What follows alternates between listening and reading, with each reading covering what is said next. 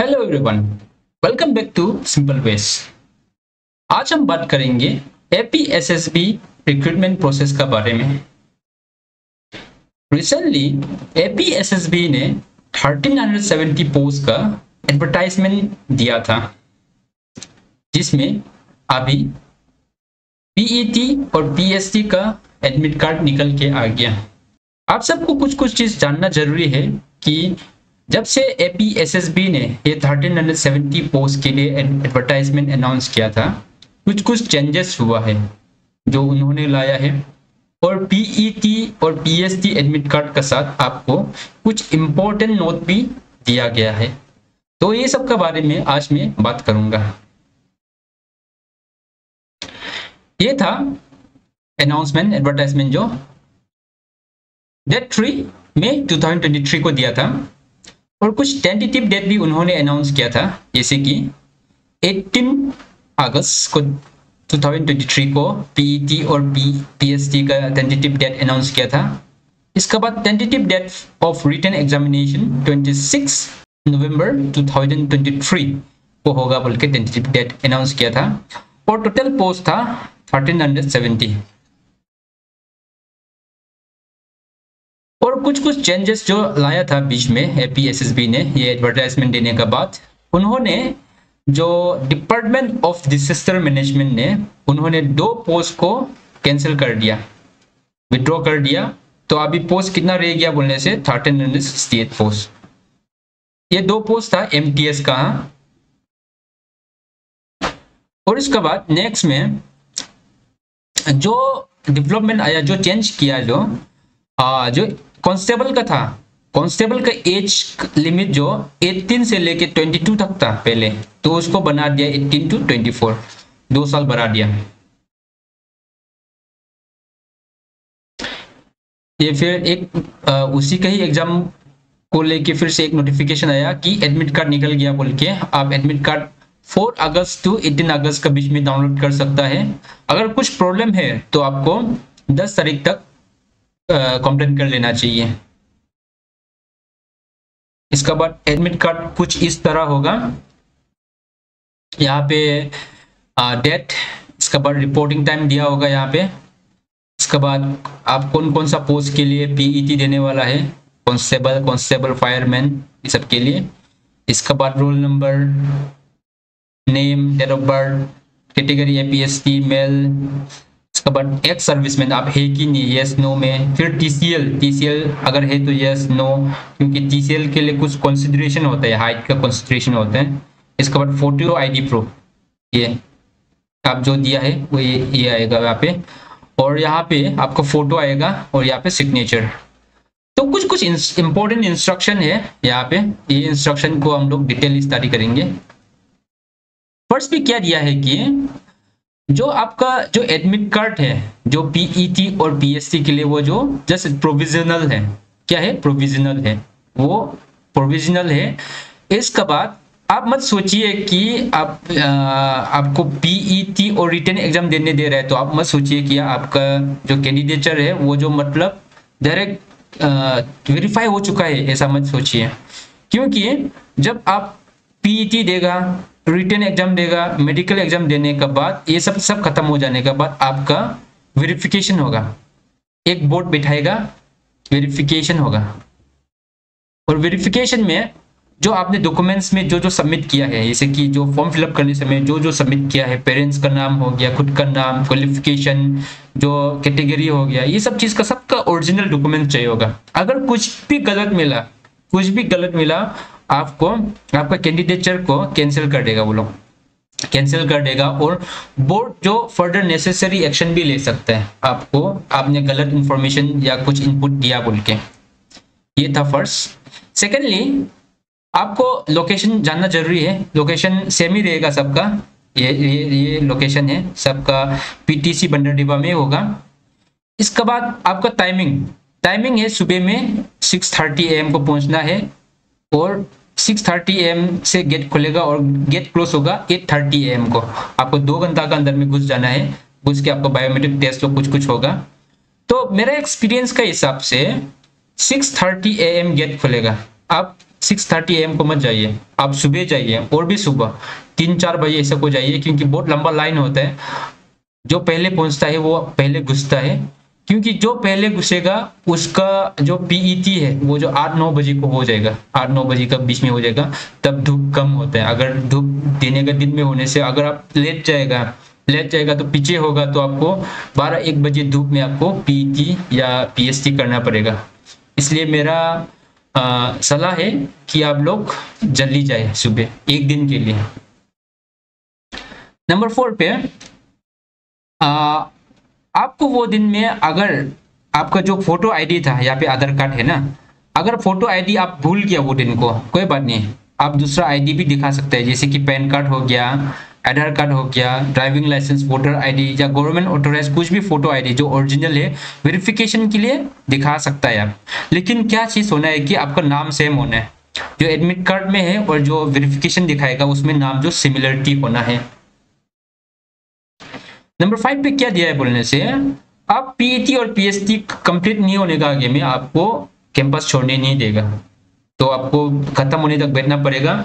आपको पुलिस लोग गाइड करके लेके जाएगा अंदर और बाहर में भी। इसके बाद नंबर 6 पे अनफेयर मीन्स, अगर आप पीईटी और पीएसटी करने समय में कुछ अनफेयर मीन्स यूज किया तो आपका जो पीईटी उसको डिबार्ट किया जाएगा, आपका कैंडिडेचर को डिबार्ट किया जाएगा, आपको कैंसिल किया जाएगा, और आपको फ्यूचर के लिए आपको ये एग्जाम लोग में देने में आपको रुका जाएगा, या परमानेंटली या कुछ स्पेसिफिक समय के लिए आपको सस्पेंड या बैन किया जाएगा, डिपार्ट किया जाएगा ना। इसलिए आप अनफेयर मीन्स मत यूज कीजिए, क्योंकि वो सिर्फ यही एग्जाम के लिए नहीं, इन फ्यूचर एग्जाम एपीएसएसबी हो या एपीसीएस जहां में भी आपको तकलीफ होगा। और नंबर 7 में list of prohibition items inside PET and PST venue, आपको क्या क्या आइटम जो प्रोहिबिट है देखिए ध्यान से, हाँ ध्यान से सुनिए। मोबाइल है, मोबाइल फोन को मना है, electronic gadgets, calculator, watch, pen, गुटखा, paan masala, cigarette, match box, lighter, explosive materials, arms, ammunition, inflammable liquid, acid and other stationery and objectionable items. तो आप ये सब बिल्कुल मना है वो दिन को। आप बस कुछ कुछ जैसे कि लाइक पानी ना, पानी ले आ सकता है, कुछ खाने के लिए फूड ले आ सकता है, और उसके बाद जो फोटो आईडी है ना उसको ले जाओ, और बाकी कुछ जरूरी नहीं है। हाँ मुख सुख लोग ले आ सकते हैं, जो मुख एंगल के लोग ले आ सकते हैं, लेकिन जो भी इलेक्ट्रॉनिक सामान है ना, ये सब खाने वाने का चीज जो गलत खराब चीज लोग हैं वो सब आप बिल्कुल भी मत ले जाइए, क्योंकि वहां में ले आने से आपको कहीं में रखने देगा भी नहीं, आपको पकड़ेगा तो फिर प्रॉब्लम देगा। और नंबर 8 पे वही सेम चीज, 10 तारीख तक आप कुछ प्रॉब्लम मिल रहे तो कंप्लेन कीजिए। तो नंबर 1 पे यहाँ पे डायरेक्ट दिया है कि आपका वेरिफिकेशन होगा बाद में, ये 3 स्टेज होने के बाद आपका वेरिफिकेशन होगा। तो आपको ध्यान रखना है कि क्या क्या चीज आप एलिजिबल है कि नहीं है, आपका एज, एजुकेशन, वो सब चीज को देखना है। तो उसको थोड़ा डिटेल देखते हैं। एज सबसे फर्स्ट इंपॉर्टेंट है। एज में क्या है बोलने से, आपका जो कांस्टेबल है एएपीबीएन, सिविल पुलिस आईआरबीएन के लिए आपको 22 था, 18 to 22 था एज लिमिट, जो 24 2 साल बढ़ा दिया, तो अच्छा बात है।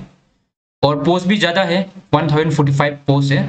तो रिलैक्सेशन के हिसाब से 5 इयर्स रिलैक्सेशन है एपीएसटी के लिए ना, तो आप 5 ईयर रिलैक्सेशन बोलने से आप 29 इयर्स तक दे सकेगा, और कांस्टेबल जो आप 27 इयर्स तक दे सकेगा, और ये जो 30 इयर्स तक दे सकेगा फायरमैन जो एपीएसटी लोग के लिए। अगर पीडब्ल्यूडी है तो उस पर 10 प्लस करेगा जनरल के लिए, और 15 साल एपीएसटी के लिए 15 साल अगर आप पीडब्ल्यूडी है। PWD means physical with disabilities, जो कि एक सर्टिफिकेट देता है आपको, देख के मेडिकल बोर्ड लोग सर्टिफिकेट देगा इसके लिए ना। और अगर एक सर्विसमैन है, आप एक सर्विसमैन है जो कि आर्म फोर्स में है यूनियन, तो सेंट्रल गवर्नमेंट में आर्म फोर्सेस है, जो जिन्होंने 6 महीना तक कंटिन्यूसली काम कर चुका है, 6 महीना तक कंटिन्यूसली काम कर चुका है, अगर उसको स्टेट पुलिस में घुसना है तो उसको कुछ चीज क्राइटेरिया फुलफिल करना पड़ेगा, जैसे कि आप 6 महीना तक कंटिन्यूसली काम करना पड़ेगा। इसके बाद आप अपॉइंटमेंट जो 3 साल से ज्यादा लेना पड़ेगा, ऐसे नहीं है कि 1 साल करेगा छोड़ देगा, 2 साल करेगा छोड़ देगा, ऐसे नहीं, आपको जैसे भी हो 3 साल करना पड़ेगा, तभी आपको एलिजिबिलिटी मिलेगा। ये एक सर्विसमैन लोग के लिए। इसके बाद नेक्स्ट है qualification, education qualification. Education qualification सबका 10 पास है, सबका 10 पास ही है, लेकिन जो कांस्टेबल, जो नारकोटिक टैक्स एंड एक्साइज के लिए आईटीआई भी चलेगा, फायरमैन के लिए 10 पास, लैब मैनुअल असिस्टेंट के लिए भी 10 पास है, लेकिन एमटीएस के लिए 10 पास नहीं तो आईटीआई भी चलेगा। ये है, ये लोग के लिए पोस्ट 298 है, 23 है फायरमैन ये, और ये पोस्ट। नेक्स्ट है 3 स्टेज का बारे में बात करें। यहाँ पे 3 स्टेज में कौन कौन किस किस को 3 स्टेज देना है। जो फायरमैन है और कांस्टेबल, जो 2 कांस्टेबल और फायरमैन, उसको 3 स्टेज देना पड़ेगा। पहले बताया था मैंने, फिजिकल देना पड़ेगा, रिटन देना पड़ेगा और मेडिकल देना पड़ेगा, ये 3 देना पड़ेगा। लेकिन जो लैब असिस्टेंट, मैनुअल असिस्टेंट और एमटीएस है, वो लोग को सिर्फ रिटन देना पड़ेगा स्टेज 2, वो रिटन दे के भी हो जाएगा। वो लोग को फिजिकल और मेडिकल जरूरी नहीं है वो एमटीएस लोग के लिए और लैब मैनुअल असिस्टेंट के लिए। तो यहाँ पे एक सर्विसमैन लोग के लिए कुछ एग्जामिशन है। क्या एग्जामिशन है बोलने से, वो लोग का जो पीईटी है, जो फिजिकल एफिशिएंसी टेस्ट जो एग्जाम करके रखा है, वो लोग क्योंकि ऑलरेडी आर्मी है तो पहले से पीईटी दे के ही घुसा है, इसलिए वो लोग को एग्जाम कर दिया। लेकिन हाउएवर वो लोग को पीएसटी देना पड़ेगा, जो कि हाइट और चेस्ट है, हाइट और चेस्ट को देना पड़ेगा। वो लोग को हाइट को देखना पड़ेगा और चेस्ट जो एक्सपांड हो रहा है कि नहीं उसको देखना पड़ेगा, ये कंपलसरी है। लेकिन वो लोग को पीईटी से एग्जामिशन करके रखा है। हमें डिटेली देखते हैं एक एक पोस्ट को लेके। कांस्टेबल जो है वो लोग का, जो सिविल पुलिस एपीबीएन लोग का था, आरबीएन लोग का, वो लोग का मेल लोग का क्या है बोलने से, height 165 centimetre, APST mail 160 centimetre. अगर आप टीसीएल का है, आप टीसीएल का होने से 152। इसके बाद नॉर्मली चेस्ट जो 79 होना है नॉर्मल में, और एक्सपांशन में 84 होना है। लड़की लोग का जनरल के लिए 157, हाइट जो टीसीएल नॉन टीसीएल एपीएसटी लोग के लिए 152 सेंटीमीटर ही है लड़की लोग के लिए, और चेस्ट जरूरी नहीं है। ये चेस्ट के बारे में मैं थोड़ा कुछ बताता हूँ। चेस्ट ऐसे वो लोग का रिक्वायरमेंट के हिसाब से ज्यादातर आदमी लोग क्या करते हैं कि नॉर्मल चेस्ट में भी वो अपना नॉर्मल चेस्ट को भी बड़ा करने के लिए ट्राई करते हैं, नॉर्मल चेस्ट को भी बड़ा करने के लिए ट्राई करते हैं। एक्चुअली वो लोग का रिक्वायरमेंट ये नहीं है। वो लोग का रिक्वायरमेंट क्या है कि आपका नॉर्मल से लेके एक्सपांशन तक डिफरेंस जो 5 सेंटीमीटर से ज्यादा होना है। जितना ज्यादा होगा उतना अच्छा है। इसलिए नॉर्मली लड़का लोग का 80 प्लस होता ही है। नॉर्मली लड़का लोग का चेस्ट जो 80 सेंटीमीटर से ज्यादा होता ही है। तो आपको नॉर्मल छोटा, जितना नॉर्मल में जितना छोटा हो सकता है उतना रखना है, एक्सपांशन में बड़ा करो। ये जितना बढ़ेगा उतना अच्छा है, लेकिन 5 सेंटीमीटर से कम नहीं होना है एक्सपांशन। और ये फिजिकल स्टैंडर्ड टेस्ट था। फिजिकल एफिशिएंसी टेस्ट में 100 मीटर 16 सेकंड में दौड़ना पड़ेगा लड़की लोग के लिए 19, और 1500 मीटर रेस जो 8 मिनट में दौड़ना पड़ेगा, लड़की लोग के लिए नहीं है। 800 मीटर रेस जो लड़का लोग के लिए नहीं है, लड़की लोग के लिए 5 मिनट्स में दौड़ना पड़ेगा। High jump and long jump, high jump 107 और 90 सेंटीमीटर रेस्पेक्टिवली। इसके बाद लॉन्ग जंप 11 फीट लड़का लोग के लिए, 9 फीट लड़की लोग के लिए। एक चीज ध्यान रखना है, आपको सिर्फ 3 अटेम्प्ट मिलेगा। बहुत आदमी होता है तो आपको ध्यान से 3 ही अटेम्प्ट मिलेगा, आपको कुछ एक्सक्यूज नहीं देगा। तो इसलिए आपको ध्यान रखना है ये 3 अटेम्प्ट में ये चीज को क्रॉस करने के लिए। ओके।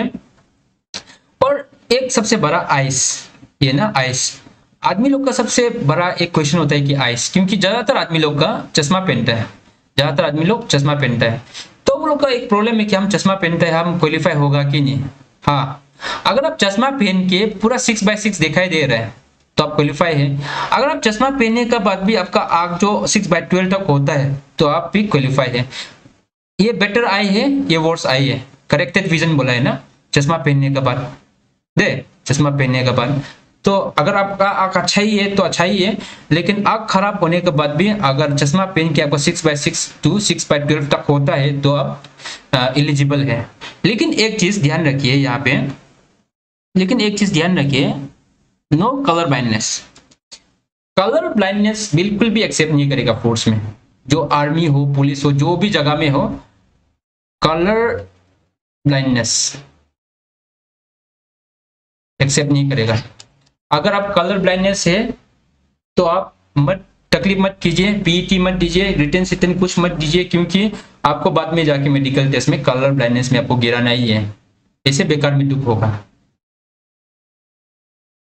कॉन्स्टेबल, ये नार्कोटिक लोग के लिए कॉन्स्टेबल ऑलमोस्ट सेम ही है, लेकिन वो लोग का यहाँ पे थोड़ा सा रेस वेस में थोड़ा सा टाइम बढ़ा के रखा है, हाई जंप में भी थोड़ा चेंजेस हुआ है, बाकी सब सेम ही है।